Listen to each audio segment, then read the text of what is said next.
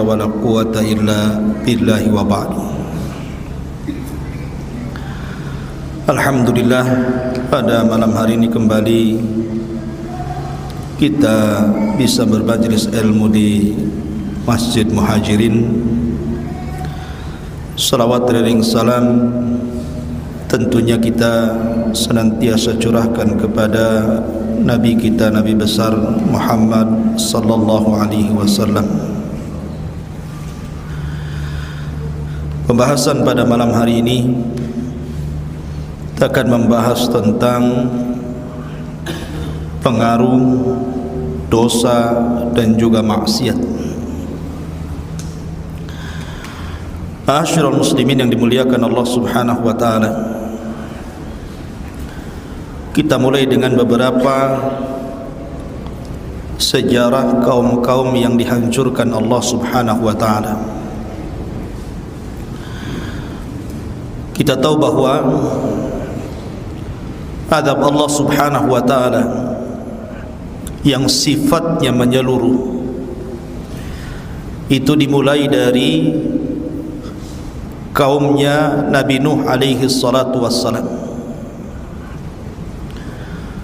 Ketika kaumnya Nabi Nuh alaihi salatu wassalam melakukan kesyirikan pertama di dunia dengan menyembah para berhala dari orang-orang saleh, yang disebutkan di dalam Al-Quranul Karim, la tadarunna waddan wala suwa'an wala yaghutha wa ya'uqa wa nasra. Jangan kalian tinggalkan Wad, Ya'uq, Yaghus, Nasr. Dan ini patung-patung orang-orang saleh. Pada permulaannya mereka tidak menyembah berhala, tapi syaitan itu cerdas, memiliki langkah-langkah yang sangat panjang. Makanya Allah Subhanahu wa taala berfirman, wala tattabi'u khutuwati syaitan. Jangan kalian mengikuti langkah-langkah syaitan. Seperti yang terjadi di zaman kaum Nuh. Generasi pembuat patung itu tidak menyembah patung. Dan generasi kedua dari bapak-bapak mereka yang membuat patung juga belum menyembah patung. Baru ketika masuk ke generasi ketiga, kemudian syaitan mewahyukan kepada orang-orang itu bahwa tujuan bapak dan moyang mereka membuat patung itu untuk diibadahi. Maka mulailah mereka menyekutukan Allah dengan menyembah berhala.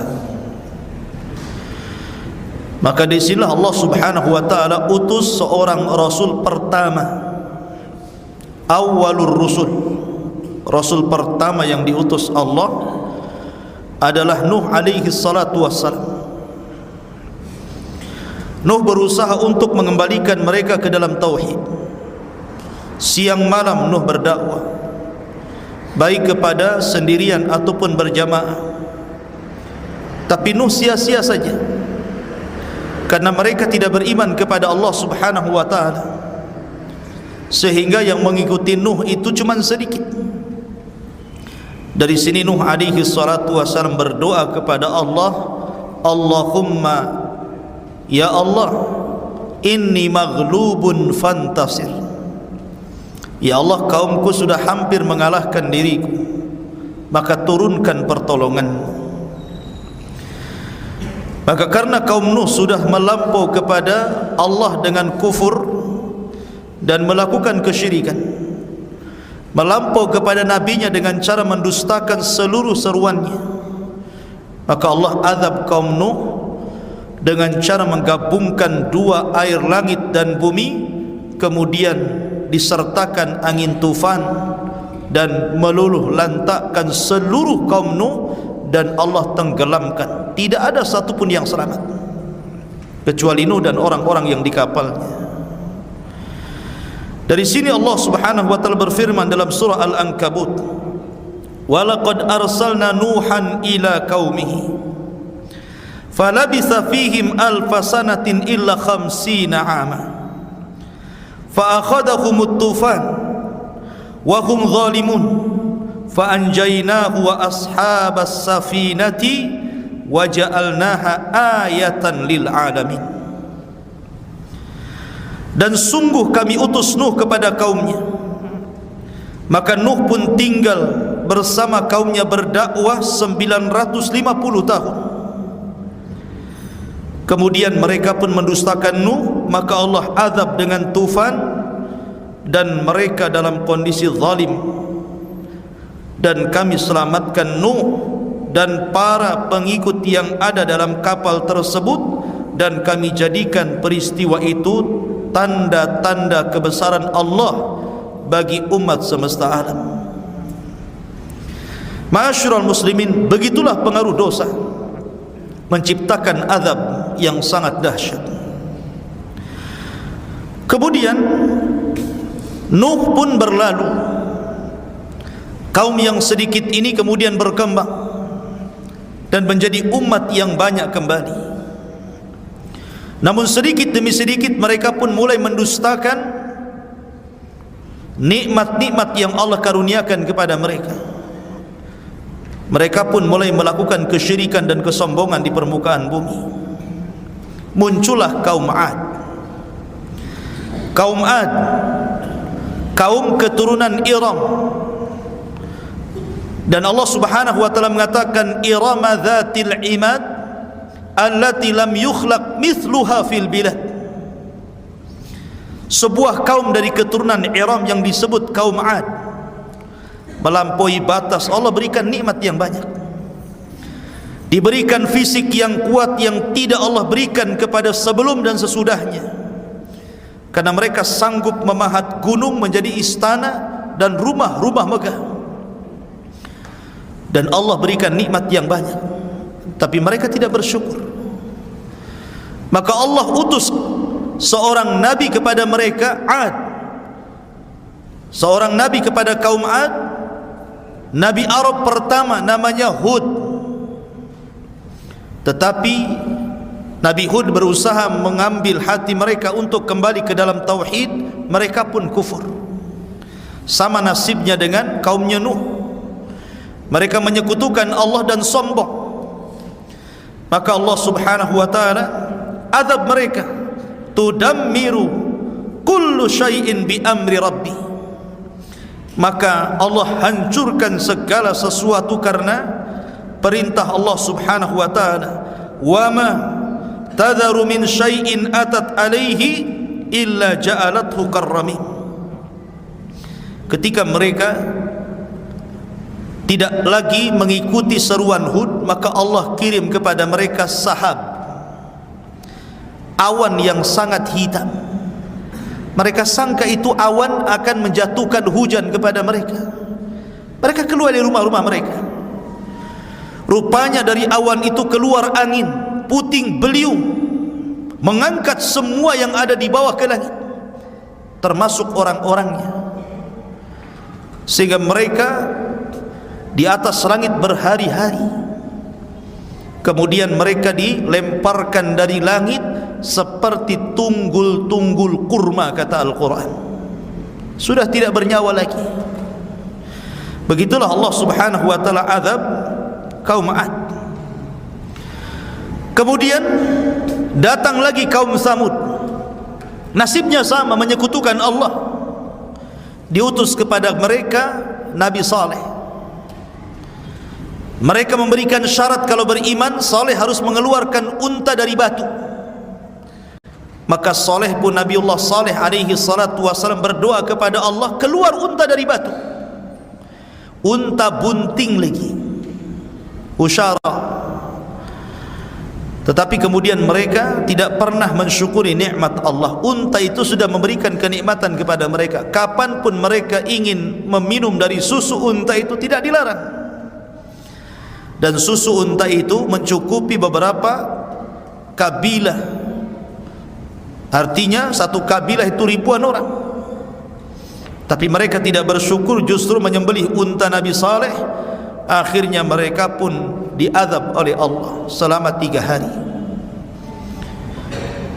Hari pertama badan mereka mulai melemah. Hari kedua mata mereka mulai memerah. Hari ketiga mereka menggali kuburannya sendiri. Kemudian mereka duduk di kuburannya masing-masing sampai hari ketiga, dan masuk hari keempat semua sudah mati. Begitulah azab Allah subhanahu wa ta'ala kepada Nabiullah Saleh alaihi salatu wassalam. Kemudian Saleh pun berlalu. Datanglah kaum Lut di zaman Nabiullah Ibrahim alaihi salatu wassalam. Ada yang mengatakan bahwa Lut itu diutus kepada 160 desa. Seluruh desa melakukan homoseksual, penyimpangan seks. Mungkin kita katakan LGBT. Saleh berusaha menawarkan anak putrinya itu, nikahlah dengan putri saya. Tapi mereka mengatakan kepada Saleh, innakum qaumun yatatahharun. Bahasa kita, kamu Saleh, kamu Lut sok suci saja. Alah, kamu juga suka laki-laki.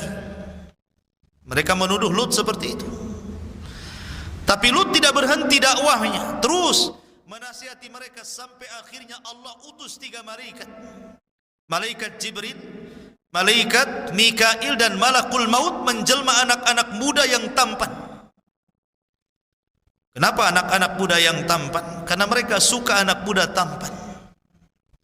Ketika mereka bertamu kepada rumah Saleh, dikepung rumah itu sama preman-preman pasar. Kemudian hendak didobrak, memaksa agar Lut menyerahkan 3 anak muda itu. Mereka tidak tahu kalau itu jelmaan daripada malaikat-malaikat yang sangat mulia, Jibril, Mikail, dan di situ ada malakul maut. Ketika Jibril keluar, maka tiba-tiba Jibril merubah bentuknya, bentuk aslinya 600 sayap. Satu sayap kemudian menampar seluruh orang-orang sehingga mata bijinya keluar, buta semua. Dan itu azab pertama. Kemudian azab kedua, tiba-tiba kemudian Jibril marah, kemudian menancapkan satu sayapnya dan mengangkat seluruh desa itu. 100 lebih desa diangkat dengan satu sayap Jibril. Allah subhanahu wa ta'ala berfirman, falamma jaa amruna ja'alna 'aliyaha safilaha wa amtarna 'alaiha hijaratan min sijil mandud musawwamatan 'inda rabbika wa ma hiya minadh dhalimin biba'id. Tiba-tiba desa-desa itu diangkat ke langit. Cukup? Tidak. Dilempari batu meteor, batu api, kemudian mati bergelimpangan di atas langit. Cukup sampai di situ? Tidak. Tiba-tiba Jibril menumpahkan desa-desa itu kembali ke bumi. Diadukan dengan kerasnya bumi, sehingga akhirnya menenggelamkan mereka di dasar bumi, menjadi mangkuk bumi itu, dan sekarang menjadi laut mati. Begitulah Allah subhanahu wa ta'ala azab kepada mereka. Lalu apa azab kepada umat Islam? Karena tidak mungkin terulang kejadian-kejadian seperti itu, artinya peristiwa azab yang menyeluruh itu, kecuali kepada umat-umat sebelum Rasulullah. Karena Allah subhanahu wa ta'ala berfirman, wa ma arsalnaka illa rahmatan lil alamin. Tidakkah kami mengutus engkau wahai Muhammad kecuali jadi rahmat, salah satu rahmat diutusnya Rasul, di mana Allah tidak akan mengazab umat ini semisal azab yang pernah dikirim kepada umat-umat sebelum Islam. Maknanya sebagian yang lain, dan itu bentuk rahmat. Tapi di sana ada azab yang Allah subhanahu wa ta'ala kirim kepada umat ini. Allah subhanahu wa ta'ala berfirman, fi hadhihi al-ummati khasfun wa maskhun wa qadfun faqala rajulun minal muslimin ya Rasulullah wa mata dhalik. Rasul, kapan terjadinya 3 perkara itu, khasfun wa maskhun wa qadfun? Qala, maka Rasul bersabda, idza dhaharatil qiyan wal ma'azib wa syuribatil humur. Kata Nabi SAW, umat ini akan diuji dengan khasfun. Khasfun kalau di langit itu artinya gerhana. Makanya ada istilah salat khusuf. Salat khusuf, salat gerhana. Dan gerhana ini Allah Subhanahu wa ta'ala kirim untuk menakut-nakuti hambanya. Wa manursilu bil ayati illa takhwifa. Kami tidak mengutus tanda-tanda berupa gerhana ini kecuali dalam rangka menakut-nakuti hamba-hambanya. Anehnya yang ditakut-takuti tidak takut. Kalau terjadi gerhana lebih banyak yang takut atau yang tidak takut? Yang tidak takut. Malah masih ada orang yang cengengesan, masih ada orang yang tertawa-tertawa, masih ada orang yang maksiat, masih ada yang hubud dunia, masih mengejar dunia. Harusnya mereka ke masjid, berzikir, baca Quran, bersedekah, kemudian takut. Khusuf. Tapi kalau khasfun, maksudnya khasfun di bumi artinya gempa. Akan terjadi banyak gempa. Dan akhir-akhir ini di negara kita saja gempa sudah berulang-ulang. Mulai daripada gempa Lombok yang menenggelamkan bukan hanya satu kecamatan, satu kabupaten, hancur seperti bubur. Ya. Kemudian juga yang ada di negara kita tanah bergerak, gempa juga, tanah longsor. Subhanallah, itu berturut-turut. Ya. Dan itu bagian daripada azab umat Islam. Karena Rasul yang mengatakan seperti itu, bukan disebabkan karena ilmu fisika yang mengatakan oh itu karena lempengan yang bergerak. Betul, itu sebabnya, karena lempengan itu bergerak, tapi bukan itu penyebab yang besar kenapa terjadi gempa. Ya, baik tektonik ataupun vulkanik, artinya bahwa semua karena azab, dan azab itu dikirim karena maksiat. Kemudian wa maskhun, masakh. Kalau dulu maskhun di zaman Bani Israel, orang dirubah menjadi kiradatan wa khanazir. Betul-betul jadi kera, betul-betul jadi babi, seperti yang terjadi kepada ashabus sabti. Kunu kiradatan khasiin. Jadilah kalian kera-kera yang dihinakan, betul-betul jadi kera. 3 hari 3 malam jadi kera, kemudian hari ketiga mati semua. Dan sebagiannya dirubah jadi babi. Tapi masun pada umat ini tentu tidak seperti yang terjadi kepada Bani Israel, kepada orang-orang yang mereka menghina hari Sabtu di zaman itu. Tapi masun di sini adalah Allah buat hati-hati manusia seperti hati kera dan hati babi. Jadi tubuh mereka manusia, tetapi hati-hati mereka seperti hati kera dan hati babi. Sudah tidak bisa memandang lagi mana yang hak, mana yang batil. Tidak bisa membedakan mana yang baik, mana yang buruk. Dan itu bagian daripada azab. Ya. Kemudian juga wa qadhfun. Ini juga bagian daripada azab, angin, angin tufan, angin puting beliung, macam-macam angin ditimpakan kepada umat ini. Ada seorang sahabat bertanya, Rasul, kapan itu terjadi? Di zaman Rasul tidak ada ini. Maka Nabi SAW menjawab, idza dhaharatil kiyan, apabila sudah muncul para biduan-biduan, para artis, para penyanyi, orang-orang yang melalaikan ibadah manusia kepada hubbud dunia. Dan sekarang lihat, bahkan ada orang tua itu cita-cita anaknya jadi penyanyi, dari kecil diajari nyanyi. Belum lahir masih di kandungan sudah disetelkan dangdut, setelkan dangdut, setelkan rock, rock mini, rock macam-macam. Ya. Jadi sudah disetelkan macam-macam, jadi keluar saja memang betul-betul sudah dicita-citakan orang tuanya itu, naudzubillah. Ya. Kalau ada hajatan, coba bayangkan pernikahan itu sesuatu yang sakral. Karena itu ikatan yang paling kuat dibandingkan ikatan-ikatan yang lainnya, dan itu ibadah. Faman ragiba an sunnati falaysa minni. Tapi ketika acara-acara yang sakral ibadah ini, banyak juga orang yang kemudian ngundang band gitu ya. Untuk apa coba? Anda mencari rahmat jadi mengundang laknat namanya. Kemudian juga wal ma'azib, munculnya alat-alat musik yang melalaikan.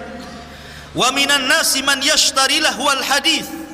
Nanti sebagian manusia itu ada yang memperjualbelikan lahwal hadis, ucapan-ucapan yang tidak ada faedahnya. Alat-alat musik dijual bebas, padahal itu melalaikan. Tidak bisa diketemukan antara baca Quran dengan mendengar musik. Tidak akan ketemu. Karena satu menambah takwa, satu melalaikan dari akhirat. Ma'asyiral muslimin, kemudian wasyuribatil khumur, kata Rasulullah. Apabila khamar sudah mulai diminum, sudah dilegalkan, sudah mulai diperjualbelikan bebas, tidak dilarang. Ma'asyiral muslimin, dan ini semua sudah terjadi. Wajar kalau tiga perkara ini muncul, dan ini pengaruh maksiat dan dosa. Ma'asyiral muslimin yang dimuliakan Allah Azza wa Jalla, kita masuk pada yang kedua. Dosa dan maksiat di dalam Islam itu terbagi menjadi dua. Yang pertama disebut al-kabair, yang kedua disebut as-saghair. Al-kabair dibagi dua lagi. Ada al-kabair itu mukhrij minal millah, ada al-kabair itu tidak mukhrij minal millah. Dosa dibagi dua. Pertama dosa-dosa besar disebut dengan kabair. Yang kedua as-saghair, dosa-dosa kecil. Dan dosa-dosa besar terbagi dua. Ada yang mengeluarkan pelakunya dari Islam, ada yang tidak mengeluarkan pelakunya dari Islam. Apa definisi keduanya? Kabair itu, dosa-dosa besar itu, kata para ulama, ma khutima bil ghadabi wal la'nah wal wa'id fid dunya wal akhirah. Dosa yang terkandung padanya ghadab, kemurkaan Allah. Dosa yang terkandung padanya laknat, dan dosa yang terkandung padanya al-wa'id, ancaman baik di dunia ataupun akhirat. Itulah dosa besar. Berarti selain itu dosa kecil. Karena definisi dosa kecil itu dengan mengetahui definisi dosa besar. Wa bididdiha tatabayyanal asya, dengan mengenal lawannya jelaslah perkaranya. Adapun dosa besar, kalau boleh saya ringkas menjadi 5 perkara. Pertama, dosa yang memang ditetapkan secara Al-Quran dan Sunnah, dosa itu besar. Seperti Rasul bersabda, ala unabbiukum bi akbaril kabair, maukah kutunjukkan kepada kalian dosa sebesar-besarnya dosa besar. Rasul menyebutkan kalimat dosa besar di sini. Maka aku tunjukkan kepada kamu sebesar-besarnya dosa besar. Berarti kalau dikatakan dosa besar, maka kita katakan itu dosa besar. Dan Al-Quran juga menyebutkan kalimat dosa besar, in tajtanibu kabaira ma tunhauna. Ada kabair di sini. Kemudian Rasul menjawab, sahabat menjawab, Allah wa rasuluhu a'lam. Allah dan Rasulnya yang tahu. Tentu mau, wahai Rasul, apa itu? Maka Nabi SAW menyebutkan al-isyraku billah. Pertama, menyekutukan Allah. Pertama, menyekutukan Allah. Wa uququl walidain. Kemudian durhaka kepada orang tua. Kemudian wa mudminu khamrin, dan orang yang sudah terbiasa minum khamr. Berarti itu semua dosa besar. Yang kedua, dosa yang ada ancamannya di dunia, seperti hukum hudud.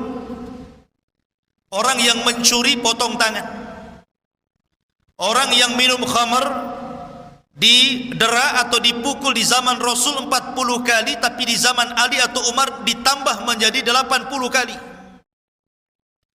Orang yang berzina, kalau dia muhsan dicambuk, dirajam sampai mati. Kalau belum, maka dia diasingkan 1 tahun setelah dicambuk 100 kali. Berarti ada ancaman di dunia, ya. Ataupun yang ketiga, ancaman di akhirat, seperti umpamanya dengan azab. Walahum azabun alim, bagi mereka azab yang pedih. Seperti Allah mengatakan, wailun lil mutaffifin. Allah ancam dengan wail, satu lembah di neraka jahanam. Maka ini termasuk dosa besar, karena ada ancaman wail di sini. Wailun likulli humazatil lumazah. Ya. Wailun lil musallin alladzina hum an salatihim sahun. Wailun, wailun, wailun disebutkan dalam Al-Quran. Berarti dosa itu besar, karena ada ancaman di akhirat. Yang keempat, ada ancaman laknat. Seperti Allah melaknat wanita-wanita yang mencukur halisnya, wanita-wanita yang bertato, wanita-wanita yang memasang rambut dengan rambut palsunya, atau orang-orang yang merubah giginya dalam rangka merubah ciptaan Allah. Kasih behel gitu ya. Itu apa kasih behel? Ketawa pun tak bagus, semua kawat keluar. Kalau maksudnya di behel itu karena mungkin giginya renggang, kalau makan nasinya keluar, gak apa-apa untuk merapatkan, karena asalnya gigi rapat. Tapi giginya sudah rapat dikasih behel lagi. Apa tujuannya? Itu sama dengan merubah ciptaan Allah. Jadi behel itu boleh untuk kesehatan saja, bukan untuk keindahan. Apalagi mencukur bulu halis.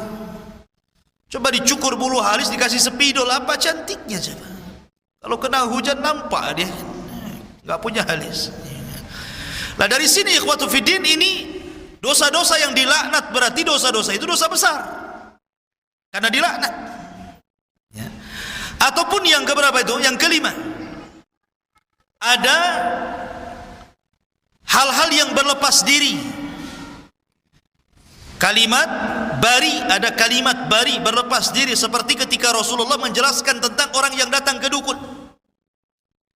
Kata Nabi SAW, man ata arrafan au kahinan fasa'ala an syai'in fasaddaqahu faqad bari'a an syariati Muhammadin SAW. Siapa yang datang ke tukang ramal, bertanya, dia benarkan pula, maka dia telah berlepas diri dari syariat Muhammad SAW.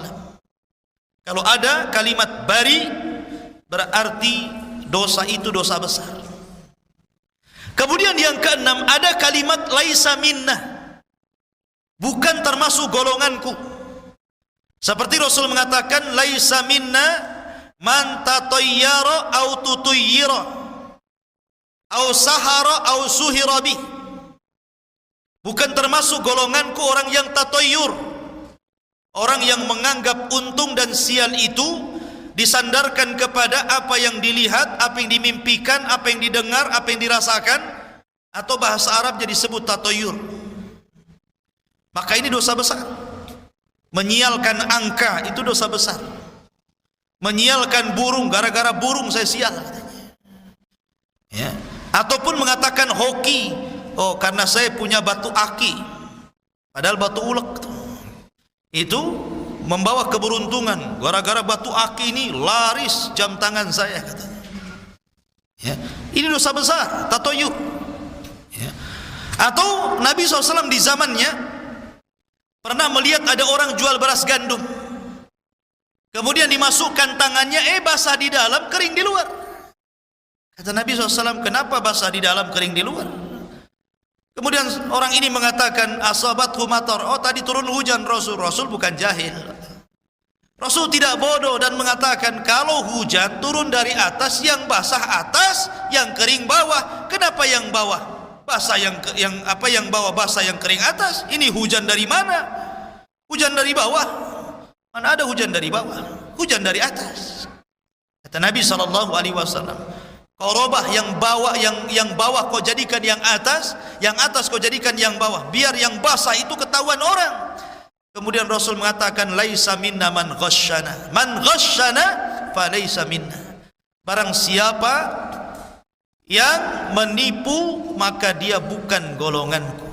Berarti menipu itu dosa besar, karena ada kalimat laisa minna. Laisa minna man daraba, laisa minna man daraba hudud wa syaqqal juyub wa da'wa bidakwal jahiliyah. Bukan termasuk golongan kami yang memukul-mukul pipi, merobek-robek pakaian, ataupun berteriak-teriak seperti orang jahiliyah. Orang-orang yang menangis karena kematian seseorang, menangis boleh, yang tidak boleh itu menolak takdir. Seorang istri meninggal suaminya, kemudian dia menangis sampai guling-guling mengatakan, nanti siapa lagi yang kasih makan anakmu, kenapa kau mati dulu? Nah, ini dosa besar, nihayah namanya. Niyahah, tidak boleh. Niyahah itu dosa besar karena ada kalimat laisa minna. Ataupun ada kalimat ghadab, Allah murka. Seperti Nabi Allah Subhanahu wa taala berfirman dalam Al-Qur'an, "Wa man qatala mu'minan muta'ammidan fajazaohu jahannam khalidan fiha wa ghadiballahu alaihi." Ada kata-kata wa ghadiballah. Barang siapa yang membunuh seorang mukmin secara sengaja, maka balasannya jahanam, dia kekal di dalamnya. Wa ghadiballah, Allah ghadab. Allah ghadab artinya Allah murka. Ada kalimat ghadab di sini. Berarti membunuh itu dosa besar. Atau ada kalimat Allah tidak melihat. Allah tidak melihat, Allah tidak akan membersihkan pada hari kiamat. Seperti umpamanya orang-orang yang isbal, melembrehkan mata kakinya dan dia sombong. Lam yangdurillahu yaumal qiyamah, orang ini tidak akan dilihat pada hari kiamat. Wala yuzakkihim, tidak akan dibersihkan. Makanya Umar bin Khattab ketika detik-detik wafatnya, ada anak muda yang ziarah kepadanya. Kemudian Umar menasihati dia. Orang ini meminta wasiat sebelum Umar meninggal. Kemudian Umar memberikan wasiat. Setelah pergi sampai di pintu, Umar melihat celananya itu di bawah mata kaki. Maka Umar memanggil lagi sini, padahal mau mati itu Umar itu. Sudah detik-detik wafatnya. Kata Umar, irfa ra'saka fa innahu anqali thawbik wa atqali qulubik. Kata Umar, angkat tuh. Angkat tuh, jangan sampai musbil, karena itu lebih bersih untuk celanamu dan lebih bersih untuk hatimu. Ayo Umar, dia baru mau meninggal tuh dia. Sampai ingat tentang masalah isbal. Nah, dalam hadis isbal ini dijelaskan Allah tidak melihat, tidak akan mensucikan ketika dibarengi dengan sombong. Ya, ini dosa besar. Ya kan?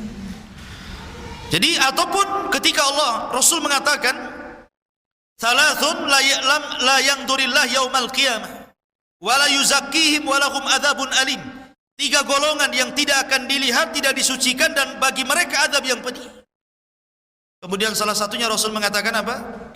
Malikun kadzab, penguasa yang dusta, penguasa pengkhianat. Ya. Lah ini semua ikhwatu fiddin, ini namanya alamat dosa-dosa besar. Kalau ada perkara-perkara seperti ini, berarti dosa itu disebut kabairudz dzunub namanya. Dosa-dosa besar. Selain itu dosa-dosa kecil. Walaupun para ulama tidak ada yang membedakan, sebenarnya tidak ada pembeda antara dosa besar, dosa kecil. Semua dosa sama. Karena dosa itu bukan masalah kecil besarnya, tapi kepada siapa Anda berbuat dosa.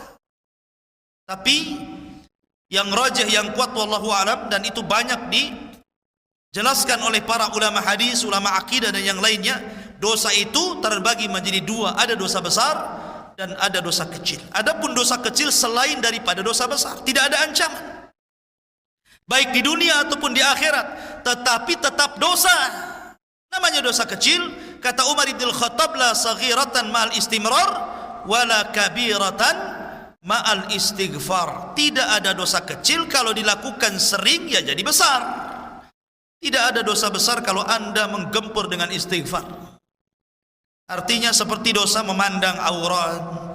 Anda lagi jalan di jalan sini, ada perempuan pakai rok mini gitu kan.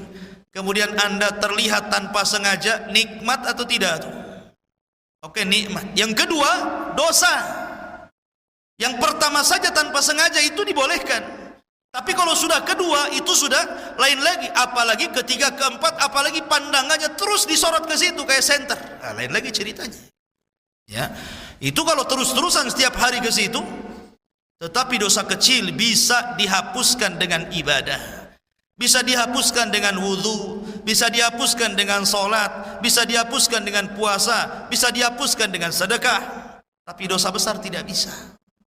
Dosa besar itu harus ada taubatan nasuha, tobat yang betul-betul tobat. Ya, harus menyesal, tidak mau mengulangi, berjanji untuk tidak mengulangi, menggantikan perkara buruk dengan kebaikan. Kalau memang hak dengan orang lain, dikembalikan hak itu kepada orang lain, baru Allah ampuni. Ma'asyiral muslimin yang dimuliakan Allah Azza wa Jalla. Akan tetapi ikhwatu fiddin, Allah Subhanahu wa taala disifati dengan Rahman dan Rahim. Dua nama ini terkandung sifat rahmat, kasih sayang. Kalaupun seorang hamba itu, kata Nabi sallallahu alaihi wasallam, "Lau balagat dunubuka ananas sama." Kalaulah dosamu membumbung sampai ke langit. Kalau ibarat botol itu ditumpuk-tumpuk, satu botol, dua botol, tiga botol, sampai ribuan botol sampai ke langit. Karena anggaplah satu dosa satu botol. Kemudian dua dosa, tiga dosa sampai ke langit sana. Nabi SAW ketika bersabda seperti ini karena ada orangnya. Ada orang itu yang berbuat dosa sampai melambung ke langit. Tentu orang-orang yang melakukan banyak dosa. Tetapi Allah Subhanahu wa taala itu Ghafurur Rahim. Lau balagat dunubuka ananas sama, thumma astaghfartani, kemudian dia minta ampun kepadaku, kata Allah. Dia meminta ampun kepadaku dan dia tidak menyekutukan aku dengan siapapun. Ghafartu laka ala ma kana minki, maka aku akan hapuskan dosa-dosamu seberat atau setinggi apapun dosa yang kau lakukan. Dari sini ma'asyiral muslimin, ada 3 dosa besar, dan ini sebesar-besarnya dosa besar yang dicantumkan dalam Al-Quran. Salah satunya apa? Al-qunut min rahmatillah. Kata para ulama, dosa dari dosa-dosa besar dalam Al-Quran yang paling besar, pertama adalah al-amnu min makrillah, orang aman dari makar Allah. Wala ta'manu min makrillah illa qaumuz zalimun, dan tidaklah orang yang merasa aman dari makar Allah kecuali dia zalim. Dia melakukan maksiat tetapi merasa aman bahwa maksiatnya tidak mendatangkan azab. Dan itu banyak orang kalau sudah ketagihan maksiat, dia merasa dirinya aman-aman saja, tenang-tenang saja kan. Kalau dia merasa aman ketika maksiat, ketahuilah dia telah melakukan dosa besar, dosa yang paling besar yang dicantumkan dalam Al-Quran. Yang kedua, al-qunut min rahmatillah, merasa putus asa dari kasih sayang Allah. Wala taqnatu min rahmatillah, innallaha yaghfiru dzunuba jami'a, kata Allah. Jangan kalian putus asa dari rahmat Allah, karena Allah itu mengampuni semua dosa. Sebesar apapun dosa kita, kalau kita datang kepada Allah, Allah ampuni kok. Ada seorang kakek yang usianya 100 tahun di zaman Rasulullah. Semua dosa sudah dilakukan dia. Datang kepada Rasulullah. Kemudian dia mengatakan, "Ya Rasulullah, ya Muhammad, inni fa'altu dzamban 'aziman, law wuzi'at ala ahli al-ardi lawasi'athum." Wahai Rasul, wahai Muhammad, saya sudah melakukan berbagai macam dosa. Sudah 100 tahun maksiat dari muda sampai usia segitu. Akhirnya dia ingin tobat. Kalau aku bagi-bagikan dosaku kepada semua penduduk negeri ini sudah cukup, kata, saking banyaknya. Maka dia mengatakan, hal fi dinika minat taubah, apakah dalam agamamu ya Muhammad ada tobat untuk orang sepertiku? Maka Rasul sallallahu alaihi wasallam mengatakan, ya, tashhadu an la ilaha illallah wa anni rasulullah, kau tinggal bersaksi tidak ada sembahan yang berhak disembah kecuali Allah dan saya adalah utusan Allah. Kata kakek itu, hanya itu? Ya, hanya itu. Fa innal Islam yahjubu ma qablah, karena Islam itu menghapus dosa sebelum Islam. Tiba-tiba kakek itu mengatakan, asyhadu an la ilaha illallah wa asyhadu anna Muhammadar Rasulullah. Kata Rasulullah, Allahu akbar, Allahu akbar, Allahu akbar, qad baddalallahu sayyi'at hasanat. Kemudian Rasul bertakbir 3 kali, dan sungguh Allah telah menggantikan keburukan dia dengan kebaikan. Lihat, dosa sebesar apapun, walaupun setinggi langit sekalipun, kalau kita datang kepada Allah bersimpuh istighfar, betul-betul meminta ampun, tidak ada dosa yang tidak diampuni. Hatta syirik sekalipun, kalau dia datang kepada Allah dan betul-betul meninggalkan kesyirikannya, Allah ampuni. Tapi kalau dia tidak bertobat dari kesyirikannya, maka Allah subhanahu wa ta'ala berfirman, innallaha la yaghfiru an yushraka bihi wa yaghfiru ma duna dzalika liman yasha. Allah tidak akan mengampuni dosa kesyirikan, dan Allah hanya mengampuni dosa di bawah itu. Maka jangan menyekutukan Allah. Kalau dulu mungkin menyekutukan Allah dengan berhala, ya, nampak gitu kan patungnya Lata, Uzza, Manat, dan begitu seterusnya. Dan Allah dan syaitan itu kalau disuruh memilih negeri mana yang hancur akidahnya, lebih memilih negeri Arab. Syaitan itu dibandingkan negeri-negeri yang lainnya, karena negeri-negeri yang lain sudah dikuasai syaitan, tapi negeri Arab susah dikuasai syaitan. Makanya Rasul mengatakan, inna syaitan qad ya'isa an yu'bada fi jaziratil Arab. Setan itu putus asa untuk disembah di jazirah Arab, karena orang Arab itu mentauhidkan Allah, betul-betul mentauhidkan. Tapi negara-negara yang lain itu sudah mudah dikuasai oleh syaitan. Makanya setan kalau harus memilih, maka dia milih kerusakan itu, lebih suka di jazirah Arab. Tapi Allah subhanahu wa ta'ala lindungi 2 kota Mekah dan Madinah, sampai Dajjal pun tidak bisa masuk ke 2 kota ini, ya. Tapi daerah-daerah lain, apalagi di negeri kita yang Islam masuk, itu sebelumnya sudah ada agama animisme, dinamisme, Hindu, Buddha, dan keyakinan-keyakinan di luar dari keyakinan tauhid. Sehingga Islam yang masuk ke negeri kita ini banyak terkontaminasi dengan adat, dengan nenek moyang. Masih ada saja yang mencintai nenek moyangnya.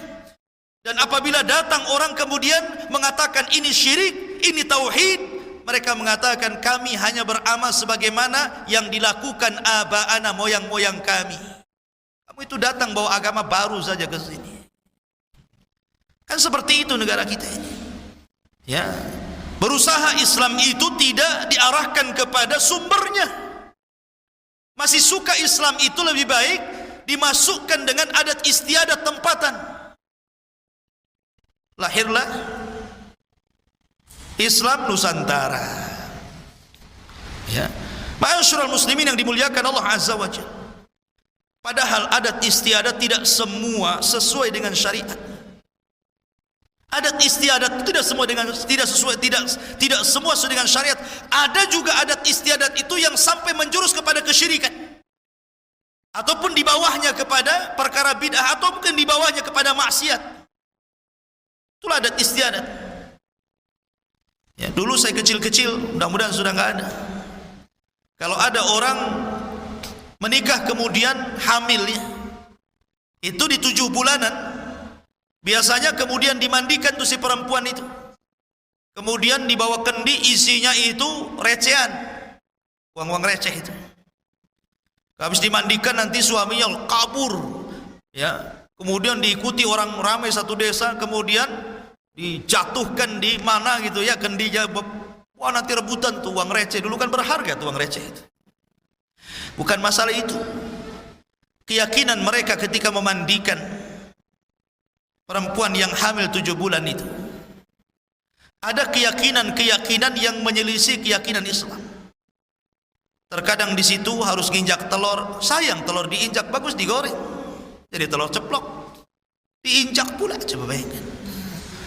Kemudian kasih janur kuning, kemudian dikasih kelapa muda warna kuning, kemudian digambar wayang Arjuna, kemudian di situ ditancap apel banyak sampai ke atas gitu.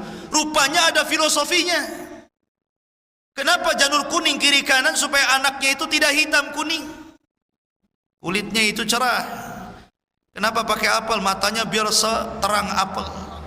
Kenapa wayang Arjuna setampan Arjuna? Apa coba? Islam tidak mengenal Arjuna. Arjuna itu dikenal di India sana. Dan kita tidak tahu Arjuna itu cakep atau jelek, kan kita tidak tahu. Kalau dalam pewayangan itu malah lucu ya. Coba lihat wayang golek itu Arjunanya. Apalagi wayang kulit tipis. Jadi ini kan tokoh-tokoh yang bukan dari tokoh-tokoh Islam. Ini tokoh-tokoh luar. Ya. Lah dari sini saja ikhwatu fiddin ini sudah mencampur adukan antara Islam dan adat kan. Yang melakukan ritual itu siapa? Muslim. Kalau dia Hindu Buddha lakum dinukum waliyadin lah ya. Kita enggak urusan, itu agama kalian, ambil dengan agama kalian, dan itu bentuk toleransi kita. Ya.